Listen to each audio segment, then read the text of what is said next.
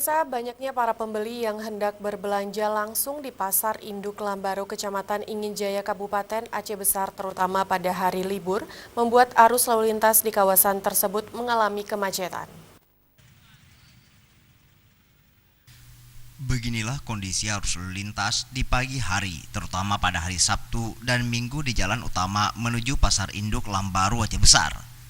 Kemacetan tersebut dipicu banyaknya pembeli yang menggunakan kendaraan roda 2 dan 4 yang hendak berbelanja langsung berbagai kebutuhan rumah tangga ke Pasar Induk Lambaru, Kecamatan Inginjaya, Kabupaten Aceh Besar.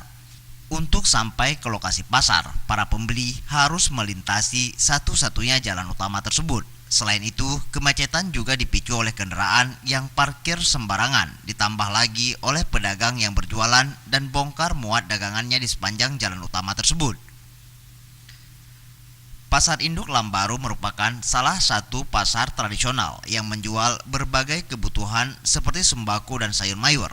Selain itu, di pasar tersebut juga tersedia los ikan dan los daging, dan barang-barang yang dijual di pasar tersebut lebih murah dibandingkan dengan harga yang dijual di pasar tradisional yang ada di Banda Aceh dan pasar lainnya di Aceh Besar.